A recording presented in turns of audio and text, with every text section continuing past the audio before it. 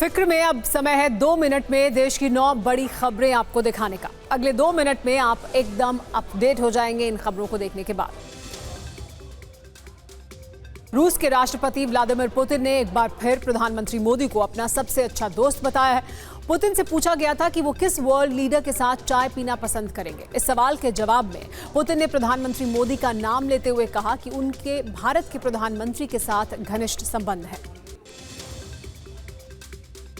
मुंबई में कांग्रेस दफ्तर के बाहर प्रदर्शन कर रहे बीजेपी कार्यकर्ताओं को पुलिस ने दौड़ा कर पीटा। कांग्रेस ने आरोप लगाया कि बीजेपी कार्यकर्ताओं ने दफ्तर में तोड़फोड़ की। पार्टी ने कहा कि वो इन हमलों से नहीं डरती और बाबा साहेब के अपमान का विरोध पार्टी करती रहेगी। कांग्रेस प्रवक्ता सुप्रिया श्रीनेत ने आरोप लगाया कि सोशल मीडिया साइट एक्स ने कांग्रेस और विपक्ष के कई नेताओं को नोटिस भेजा और अमित शाह के वीडियो हटाने के निर्देश दिए। इस आरोप पर केंद्रीय मंत्री गिरिराज सिंह ने कहा कि कांग्रेस अपने पाप छिपा रही है। आरएसएस प्रमुख मोहन भागवत ने हिंदू सेवा महोत्सव में कहा कि विश्व शांति के बारे में बड़ी बड़ी बातें की जा रही हैं। भारत को सलाह दी जाती है लेकिन युद्ध भी नहीं रुक रहे। अल्पसंख्यकों के मुद्दे पर भी उन्होंने भारत को नसीहत देने वाले देशों को अपने गिरेबा में झांकने की सलाह दी। रूस से भारत को मिलने वाला stealth guided missile freight INS Tushil जल्द भारत पहुंचने वाला है। यह युद्धपोत 17 दिसंबर को ही रूस के कैलिनिनग्राड से भारत के लिए रवाना हो चुका है। ये कई मित्र देशों के बंदरगाहों पर रुकते हुए भारत पहुंचेगा। इसे 9 दिसंबर को रूस में रक्षा मंत्री राजनाथ सिंह की मौजूदगी में कमीशन किया गया था। बीएसएफ को पंजाब बॉर्डर पर बड़ी कामयाबी मिली है। बीएसएफ ने पिछले 24 घंटे में 3 ड्रोन और करीब 5 किलोग्राम हेरोइन बरामद की है। बीएसएफ ने फिरोजपुर और अमृतसर के पास बॉर्डर से ड्रोन्स को बरामद किया है। 2 दिन पहले बीएसएफ ने गुरदासपुर के पास फायरिंग कर एक ड्रोन गिराया था जिसमें आधा किलो हेरोइन बंधी हुई थी।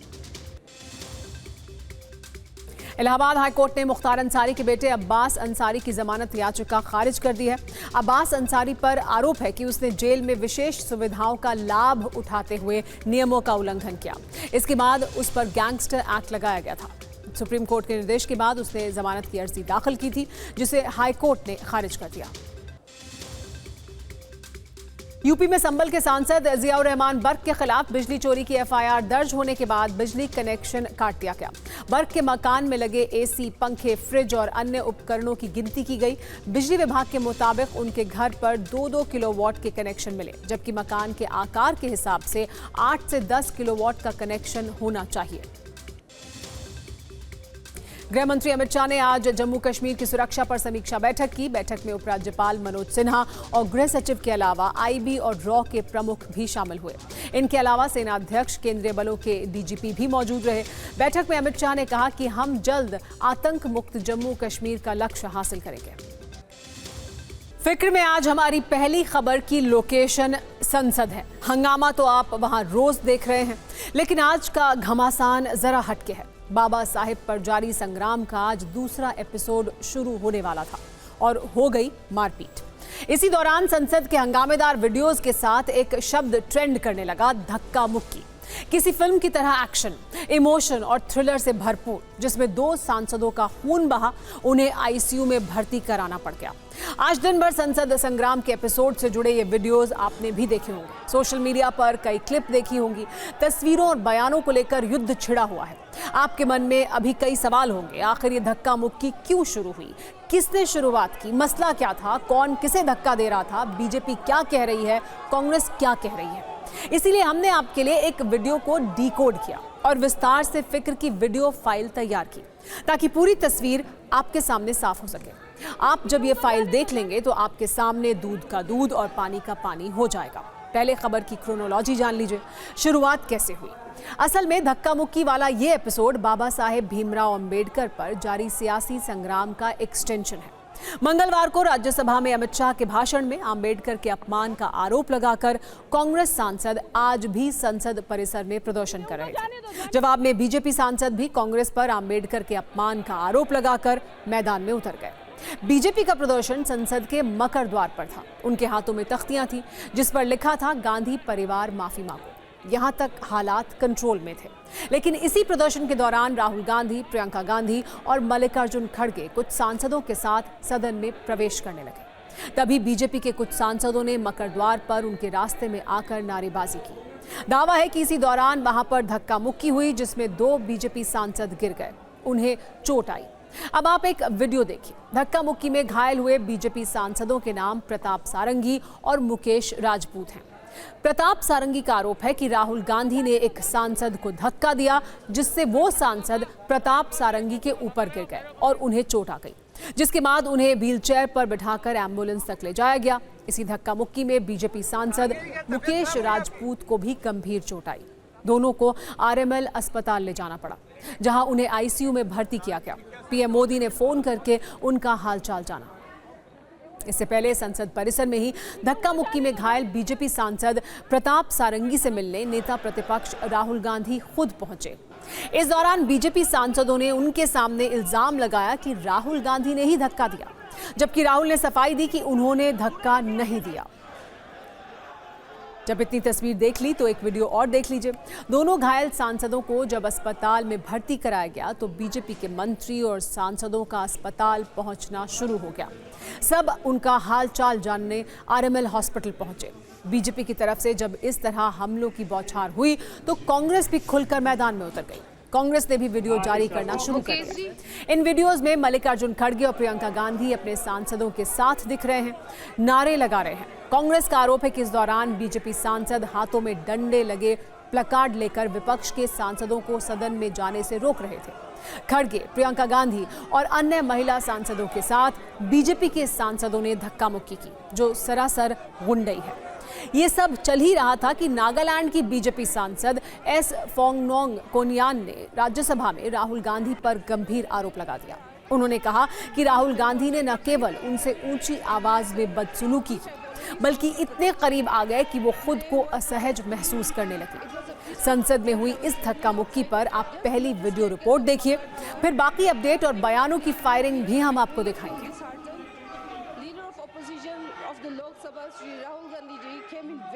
और इस बीच एक बड़ी खबर आ रही है, आपको ये बड़ी खबर दिखा देते हैं।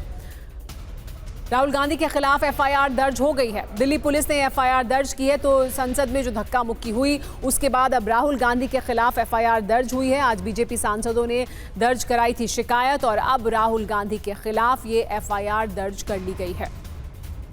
इस पर और ज्यादा जानकारी के लिए हमारे साथ जितेंद्र शर्मा जुड़ गए, TV9 भारतवर्ष संवाददाता। जितेंद्र, एफआईआर किन धाराओं में दर्ज की गई है, क्या कुछ कहा गया है इस एफआईआर में, क्योंकि काफी गंभीर आरोप लगाए गए थे?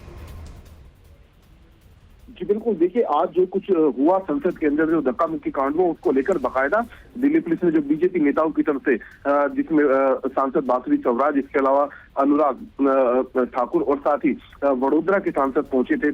खुद उन्होंने डीसीपी देवेश महिला से मुलाकात की और उसके बाद जो उन्होंने शिकायत दी उसके आधार पर फिलहाल दिल्ली पुलिस ने मुकदमा दर्ज कर दिया है राहुल गांधी के खिलाफ। लेकिन किन धाराओं में मुकदमा दर्ज किया गया है, कौन कौन सी धाराएं जो आरोप लगाए गए उनमें से इस एफआईआर के अंदर लगाई गई है, इस बारे में अभी तक कोई भी खुलासा दिल्ली पुलिस की तरफ से नहीं किया गया है। लेकिन इतना जरूर है कि राहुल गांधी और व अन्य के खिलाफ पुलिस ने मुकदमा दर्ज कर लिया पार्लियामेंट स्ट्रीट थाने के अंदर। जी जितेंद्र, और जो कांग्रेस पार्टी की तरफ से अर्जी दी गई थी, क्या उसके तहत भी कोई एफआईआर दर्ज करने की, क्या उनकी तरफ से भी ये मांग थी कि एफआईआर दर्ज की जाए? क्या कांग्रेस पार्टी ने भी ऐसी कोई मांग की थी और क्या ऐसा हुआ है? जी बिल्कुल, देखिए कांग्रेस पार्टी की तरफ से भी बकायदा अपनी एक शिकायत दी गई जिसमें उन्होंने आरोप लगाया कि मल्लिका खड़गे को जिस तरीके से धक्का दिया गया, उनके घुटनों में चोट आई है और साथ ही SC/ST एक्ट के तहत भी मुकदमा दर्ज किया जाना चाहिए। लेकिन अभी तक कांग्रेस की जो शिकायत है उसके आधार पर पुलिस ने एफआईआर दर्ज किया नहीं, इसके बारे में दिल्ली पुलिस ने अभी तक पुष्टि नहीं की है। लेकिन इतना जरूर है कि राहुल गांधी के खिलाफ जो एफआईआर दर्ज हुई है वो धारा BNS की 125, 115, 117, 131 और 351 ये वो तमाम धाराएं हैं जिनके तहत मुकदमा दर्ज किया गया है। 109 हटा दी गई है जिसमें हत्या के प्रयास का आरोप लगाया गया था। तो फिलहाल इन 5 धाराओं के तहत राहुल गांधी के खिलाफ एफआईआर दर्ज की गई है। जी जितेंद्र, क्या इसके लिए इजाजत भी ली गई थी स्पीकर से राहुल गांधी के खिलाफ एफआईआर दर्ज करने के लिए?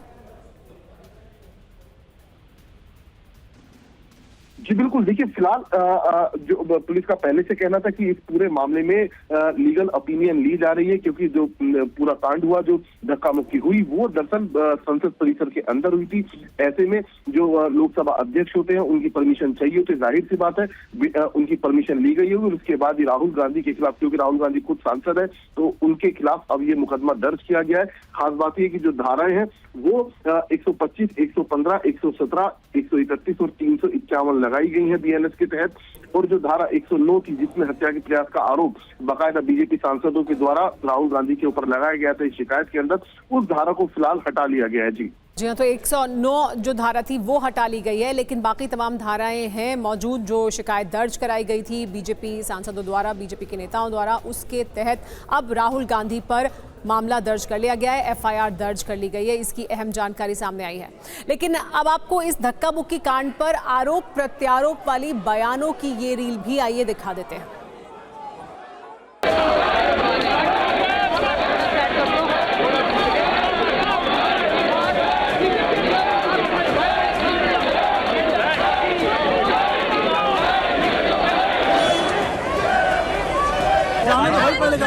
क्या हुआ?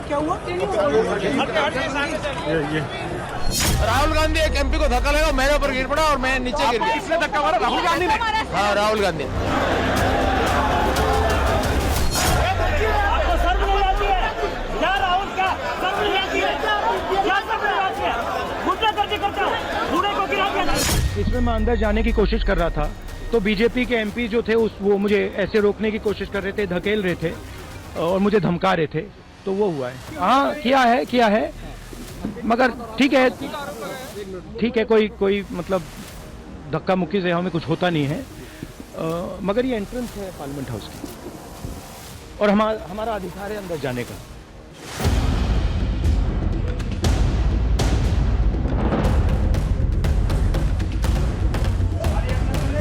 राहुल गांधी ने धक्का दिया। राहुल गांधी आगे चल रहे थे और पीछे राहुल गांधी के ही धक्के से हम लोग गिरे।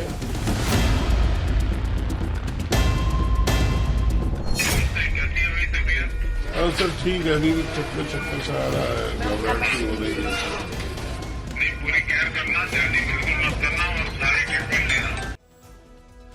आरोपों के घेरे में सत्ता पक्ष और विपक्ष दोनों हैं। बीजेपी कह रही है कि राहुल गांधी ने धक्का मुक्की की, जबकि कांग्रेस का कहना था कि बीजेपी सांसदों ने राहुल गांधी, प्रियंका गांधी और मल्लिकार्जुन खड़गे के साथ धक्का मुक्की की, जिसके बाद ये पूरी घटना हुई।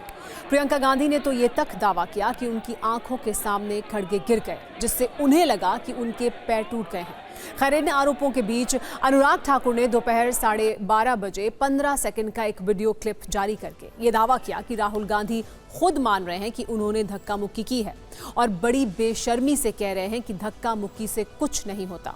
इसके 1 घंटे के बाद कांग्रेस ने 45 सेकंड की एक वीडियो क्लिप जारी की। उनका दावा है कि राहुल गांधी से किए गए सवाल और जवाब को काट छांट कर अनुराग ठाकुर ने क्लिप जारी की। तो अब आप वो दोनों बयान भी सुन लीजिए। रोकने की कोशिश कर रहे थे,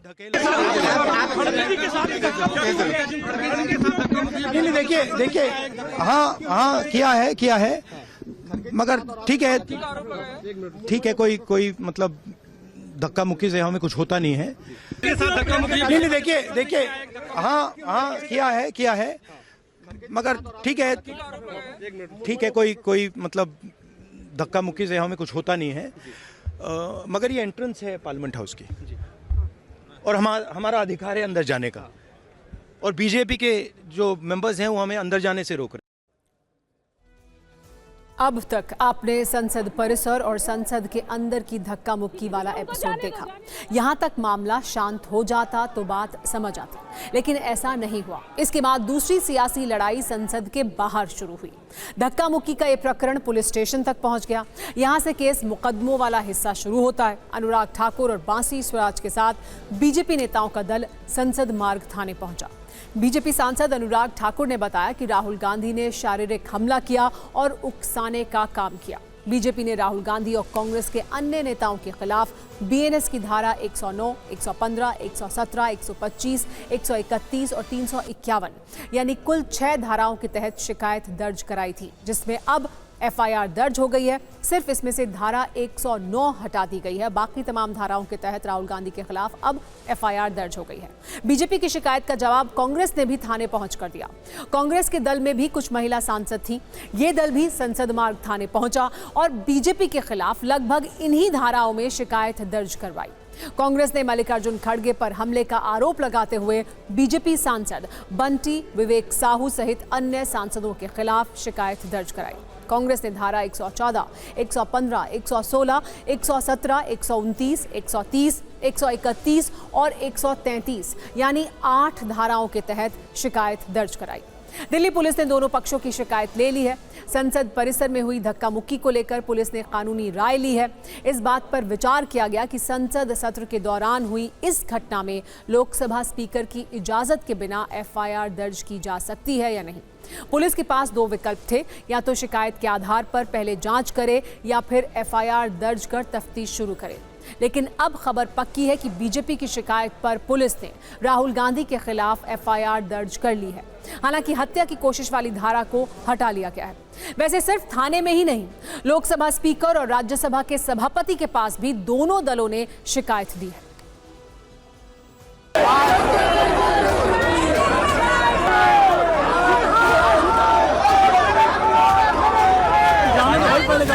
क्या हुआ?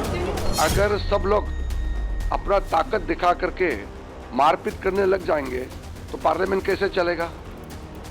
वो नेता प्रतिपक्ष है, क्या कोई ऐसा धक्का बॉक्सिंग मार करके एमपीज के साथ व्यवहार करेंगे?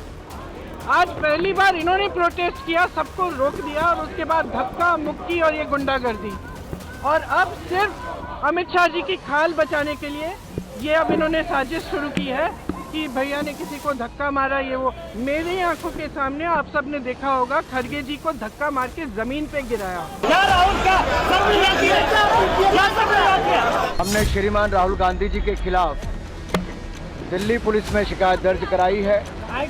उनके द्वारा शारीरिक हमला और उकसाने के लिए राहुल गांधी जी ने एक सोची समझी तरीके से जो रास्ता तय किया गया था उस पर नहीं गए, दल बल का प्रयोग किया, अपने साथी सांसदों को उकसाया। झूठे आरोप लगाना भारतीय जनता पार्टी के चरित्र में है।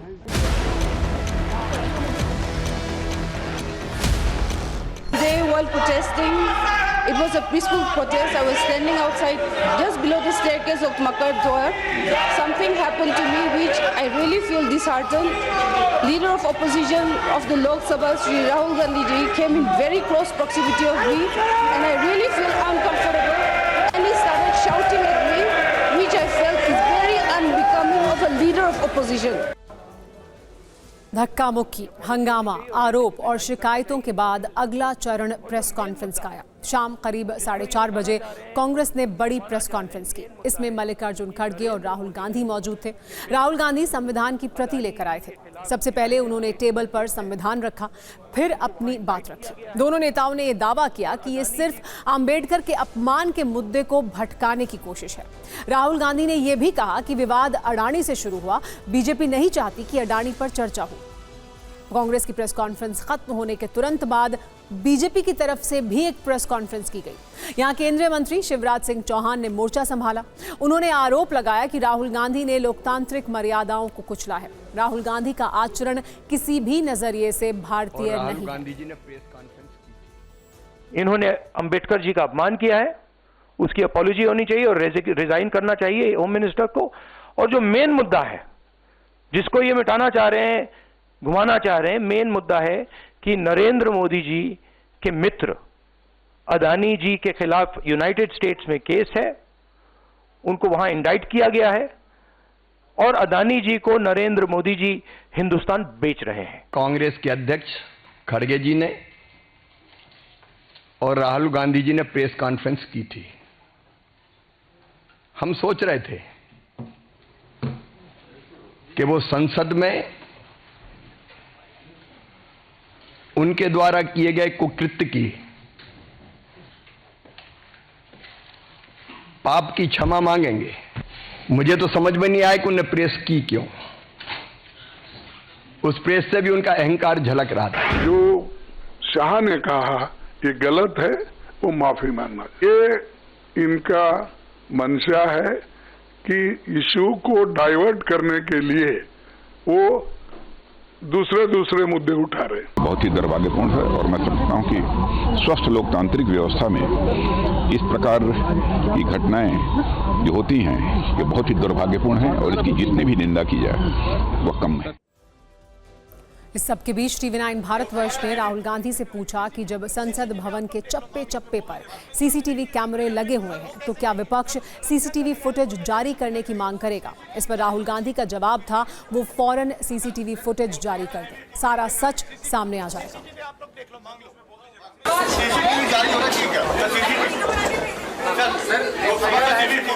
सीसीटीवी आप लोग देख लो, मांग लो।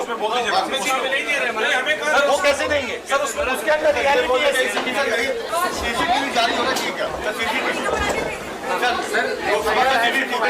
सीसीटीवी आप लोग देख लो, मांग लो। वो कैसे देंगे सर? उसके अंदर रियलिटी है। सीसीटीवी अब धक्का मुक्की का सच क्या है ये तो आगे पता चलेगा। खैर, आज धक्का मुक्की वाले एपिसोड में सब कुछ इतना उलझा रहा कि आप शायद एक रंग मिस कर रहे होंगे। आज सुबह नेता प्रतिपक्ष राहुल गांधी और उनकी सांसद बहन प्रियंका गांधी खास रंग के कपड़ों में संसद पहुंचे। राहुल गांधी ने नीले रंग की टी-शर्ट पहनी हुई थी। आमतौर पर आपने उन्हें सफेद रंग की टी-शर्ट में अब तक देखा होगा, लेकिन आज उनकी टी-शर्ट का रंग बदल गया। राहुल नीले रंग की टी-शर्ट में थे तो वहीं प्रियंका गांधी नीले रंग की साड़ी पहनकर पहुंची थी। ये इत्तेफाक नहीं था, क्योंकि राजनीति में हर रंग कुछ कहता है। 2 दिन से आप देख रहे हैं कि बाबा साहेब आम्बेडकर के मुद्दे पर सियासी हंगामा मचा हुआ है और नीले रंग का ये कनेक्शन उन्हीं से जुड़ा हुआ है जिसकी झलक आपने अभी देखी है। डॉक्टर भीमराव आम्बेडकर का प्रिय रंग नीला ही था। शायद इसीलिए बाबा साहेब की प्रतिमा हमेशा नीले रंग के कोट में दिखती है। 1942 में बाबा साहेब ने scheduled caste federation of India party की स्थापना की थी। उस पार्टी के झंडे का रंग नीला था। इसके बाद 1956 में जब पुरानी पार्टी को खत्म कर रिपब्लिकन पार्टी का गठन किया गया तो इसमें भी इसी नीले रंग के झंडे का इस्तेमाल किया गया। बाद में राजनीतिक दल BSP ने भी इसी रंग को अपनाया और इस तरह ये रंग दलित अस्मिता का प्रतीक बन गया। आकाश का रंग भी नीला है, जो उसकी व्यापकता को दर्शाता है, यानी आकाश रूपी छत के तले सभी इंसान बराबर हैं। कहीं जात पात ऊंच नीच का बंधन नहीं है।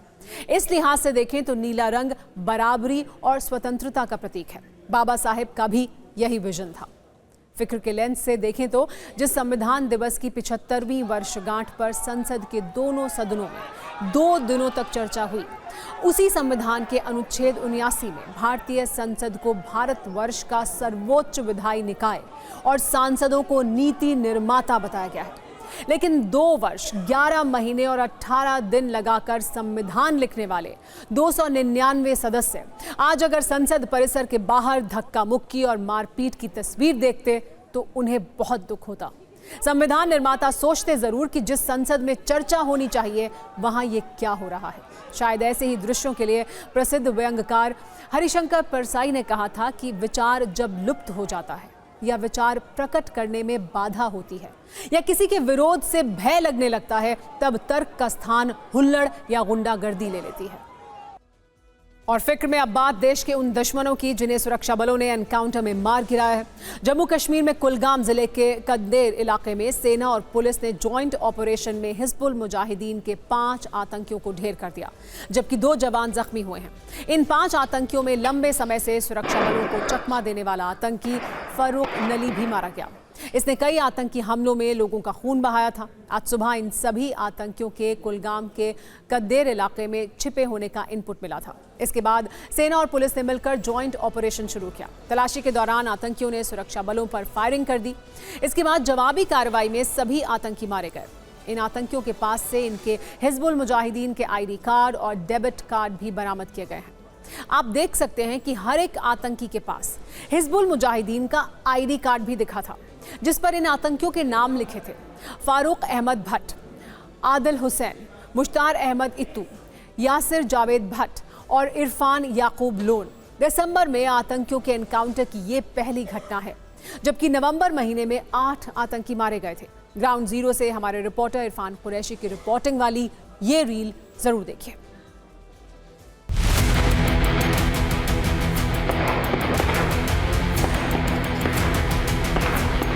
कश्मीर के कुलगाम जिले के कादर इलाके में सुरक्षा बलों के लिए एक बार फिर से बड़ी कामयाबी। हिजबुल मुजाहिदीन के 5 आतंकियों को सुरक्षा बलों ने एक ज्वाइंट ऑपरेशन में मार गिराया।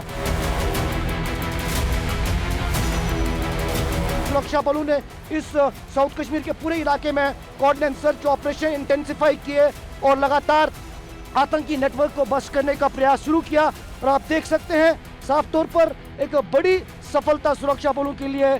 फारूक नाली हिजबुल मुजाहिदीन के ऑपरेशन कमांडर इस मुठभेड़ में अपने 4 जो स्थानीय साथी हैं हिजबुल मुजाहिदीन के, उनके साथ मारे गए हैं। फारूक अहमद भट्ट ये कश्मीर का सबसे पुराना टेररिस्ट था और हिजबुल मुजाहिदीन का पूरे जम्मू एंड कश्मीर का कमांडर था। इन 5 टेररिस्ट के मारे जाने से न केवल हिजबुल मुजाहिदीन का शोपियां और कुलगाम से खात्मा हुआ है, बल्कि पूरे टेररिज्म को कश्मीर में एक धक्का लगा है। बड़ी सफलता मिली है काफ़ी समय बाद। ये इस साउथ के इलाके में जिस प्रकार से ये समय समय पर इस प्रकार की वारदातें करने का प्रयास करते थे, निश्चय ही हमारे सुरक्षा बलों ने भी अपनी एक रणनीति बदली है और अब इनको मार गिराया गया है। और भी ये जो जीरो टॉलरेंस की नीति भारत सरकार की भी है और MHA की तरफ से, और कश्मीर को बिल्कुल आतंक मुक्त किया जाए, इसके लिए प्रयास जारी है। ये शुभ समाचार कैलाश मानसरोवर यात्रा से जुड़ा हुआ है। अच्छी खबर यह है कि बीते 4.5 वर्ष से रुकी हुई कैलाश मानसरोवर की ये यात्रा जल्द शुरू होने वाली है। यहाँ पर 4.5 वर्ष से हमारा मतलब ये है कि जून 2020 में गलवान में भारत और चीनी सैनिकों के बीच हिंसक झड़प हुई थी और इसी झड़प के बाद चीन ने तिब्बत के रास्ते कैलाश मानसरोवर की यात्रा पर रोक लगा दी थी। लेकिन आप इसे भारत के सख्त रुख का सुखद परिणाम ही कहेंगे कि चीन आखिरकार इस पवित्र यात्रा को दोबारा शुरू करने पर राजी हुआ है और भारत चीन के बीच ये यात्रा फिर से शुरू करने पर कल ही अंतिम सहमति भी बन चुकी है। तो बिना देर किए हम आपको सबसे पहले इस खबर के बारे में विस्तार से बताते हैं। सबसे पहले तो ये जान लीजिए कि भारत और चीन के बीच ये अहम वार्ता किस जगह पर हुई और दोनों देशों के किन किन प्रमुख प्रतिनिधियों के बीच ये वार्ता हुई। आप टीवी स्क्रीन पर इस समय राष्ट्रीय सुरक्षा सलाहकार अजीत डोभाल की कुछ खास तस्वीरें देख रहे हैं। उनकी ये तस्वीरें चीन दौरे की हैं। वो 17 अक्टूबर को भारत और चीन के बीच 23वें विशेष प्रतिनिधि स्तर की वार्ता में शामिल होने के लिए बीजिंग पहुंचे थे। ये वार्ता भी गलवान हिंसा के 5 साल के बाद जाकर शुरू हुई है। उन्होंने कल चीन के विदेश मंत्री वांग यी से मुलाकात की। दोनों देशों के प्रतिनिधिमंडल के बीच कई घंटों तक अहम बिंदुओं पर चर्चा हुई और दोनों देशों के बीच 6 बड़े मुद्दों पर सहमति बनी। पहला मुद्दा तो यही था कि कैलाश मानसरोवर यात्रा फिर से शुरू हो। दूसरा मुद्दा था नाथुला सीमा व्यापार को विस्तार देना। तीसरा मुद्दा था दोनों देश मिलकर सीमा पार नदी सहयोग को मजबूत करेंगे। चौथा मुद्दा था सीमा क्षेत्रों में शांति और स्थिरता को बनाए रखना। पांचवा मुद्दा था सीमा विवाद को सुलझाते हुए द्विपक्षीय संबंधों को मजबूती देना और छठा मुद्दा था कूटनीतिक और सैन्य वार्ताओं में सहयोग बढ़ाना। चीनी विदेश मंत्रालय के प्रवक्ता लिन जियान ने बाद में कहा कि चीन भारत के साथ इन सभी 6 मुद्दों पर ईमानदारी से मतभेदों को सुलझाने के लिए तैयार है। और आप बीते कुछ महीनों का डेवलपमेंट देखिए तो भारत और चीन के रिश्तों में जमी हुई बर्फ तेजी से पिघली है। इसकी सबसे बड़ी शुरुआत इसी वर्ष अक्टूबर में रूस के कजान में पीएम मोदी और चीन के राष्ट्रपति शी जिनपिंग के बीच द्विपक्षीय मुलाकात से हुई थी। फिर 27 अक्टूबर को लद्दाख में देपसांग और डेमचौक जैसे विवादित पॉइंट्स पर डिसएंगेजमेंट प्रोसेस शुरू हुआ। इसके बाद 20 नवंबर को ब्राजील में G20 समिट के दौरान विदेश मंत्री एस जयशंकर और चीनी विदेश मंत्री के बीच मीटिंग हुई। दोनों में यहीं पर पहली बार कैलाश मानसरोवर यात्रा फिर से शुरू करने पर बात भी हुई और अब भारत चीन के बीच प्रतिनिधि स्तर की वार्ता में इस यात्रा पर सहमति भी बन गई है। यानी आप देखिए कि दोनों ही देश दुश्मनी भुलाकर कूटनीतिक दोस्ती की राह पर वापस लौटते हुए दिख रहे हैं। लेकिन भारत और चीन से जुड़े अतिक्रमण वाले नापाक इतिहास और फितरत दोनों को अच्छी तरह से जानता है। इसीलिए संबंध बहाली पर पूरा जोर तो दे रहा है, लेकिन हर एक कदम फूंक फूंक कर आगे बढ़ा रहा है। खैर, अब आते हैं कैलाश मानसरोवर यात्रा पर। सबसे पहले तो ये जान लेते हैं कि कैलाश मानसरोवर की ये यात्रा है क्या। कैलाश मानसरोवर की यात्रा समुद्र तल से 17,000 फीट ऊंचे लिपुलेख दर्रे से शुरू होती है। ये यात्रा जून महीने में शुरू होती है, जबकि इसकी तैयारी जनवरी से ही करनी पड़ती है। हिंदू, बौद्ध, जैन और तिब्बत के बौद्ध धर्म में कैलाश मानसरोवर की यात्रा को एक पवित्र तीर्थ यात्रा के रूप में देखा जाता है। ये यात्रा तिब्बत में आने वाले कैलाश पर्वत और मानसरोवर झील से जुड़ी है। ये दोनों ही पवित्र स्थल माने गए हैं। ऐसी मान्यता है कि कैलाश पर्वत पर स्वयं आदिदेव भगवान शंकर विराजे हैं, जिसके ऊपर स्वर्ग और नीचे मृत्युलोक है, जबकि मानसरोवर पहाड़ों से घिरी एक पवित्र झील है। पुराणों के अनुसार मानसरोवर को ही क्षीर सागर कहा गया है, जिसमें मान्यता के अनुसार शेष शैया पर भगवान विष्णु और माता लक्ष्मी विराजी हैं। पौराणिक मान्यता है कि मानसरोवर झील को भगवान ब्रह्मा ने बनाया था। कैलाश पर्वत की परिक्रमा पूरी करने के लिए 53 किलोमीटर पैदल चलना पड़ता है। कैलाश मानसरोवर का उल्लेख स्कंद पुराण, विष्णु पुराण और शिव पुराण में भी मिलता है। अब जो लोग ये बात नहीं जानते हैं कि आखिर इस यात्रा में चीन अड़ंगा क्यों लगाता रहता है, तो उन्हें कैलाश मानसरोवर यात्रा से जुड़े चीन के कनेक्शन के बारे में भी जानना चाहिए। असल में कैलाश पर्वत कभी भारत का हिस्सा हुआ करता था, लेकिन आज वो चीन के कब्जे में है। कैलाश पर्वत हिमालय से उत्तरी क्षेत्र में तिब्बत में मौजूद है और तिब्बत चीन के अधीन है। इसलिए कैलाश मानसरोवर जाने के लिए चीन सरकार की अनुमति लेनी जरूरी है, जिस वजह से शिव भक्तों के मन में एक टीस रहती है। यहाँ पर आप इसी मुद्दे से जुड़े कुछ बिंदुओं पर भी गौर कीजिए। 1962 में भारत और चीन के बीच युद्ध हुआ था, जिसमें चीन ने कैलाश और मानसरोवर दोनों पर कब्जा कर लिया था। तभी से यहाँ जाने के लिए चीन का स्टेपल वीजा लेना पड़ता है। चीन के सैनिकों की लंबी चेकिंग से गुजरना पड़ता है और अलग अलग प्रकार की सुरक्षा प्रक्रिया पूरी होने के बाद ही मानसरोवर तक पहुंचा जा सकता है। यहाँ पर आपको ये भी जान लेना चाहिए कि फिलहाल कैलाश मानसरोवर यात्रा में अलग अलग रूट पर कितने दिन लगते हैं। पहला रूट है उत्तराखंड के लिपुलेख पहाड़ी के रास्ते, जिसमें लगभग 1,60,000 रुपए और 24 दिन लगते हैं। दूसरा रूट है सिक्किम के रास्ते, जहां नाथुला पास से होकर कैलाश पर्वत तक जाना होता है। इस रूट से पूरी यात्रा में लगभग 21 दिन लगते हैं और हर यात्री को लगभग 2 लाख रुपए खर्च करने पड़ते हैं। तीसरा रास्ता नेपाल से है, जिसमें शिव भक्त काठमांडू से कैलाश पर्वत तक जाते हैं। चीन ने पिछले साल नेपाल के इसी रास्ते से अपनी सीमाएं खोली, लेकिन भारतीयों के लिए नियम काफी सख्त कर दिए, जिससे शिव भक्तों के लिए कैलाश यात्रा पर जाना लगभग नामुमकिन सा हो गया था। इन तीनों रास्तों पर कम से कम 14 और ज्यादा से ज्यादा 21 दिन का समय लगता है और बड़ा खर्च भी आता है। कैलाश मानसरोवर यात्रा पर अब सुनिए कि भारत चीन में सहमति बनने की खबर आई तो इस पर एक्सपर्ट्स ने अपना कौन सा नजरिया पेश किया।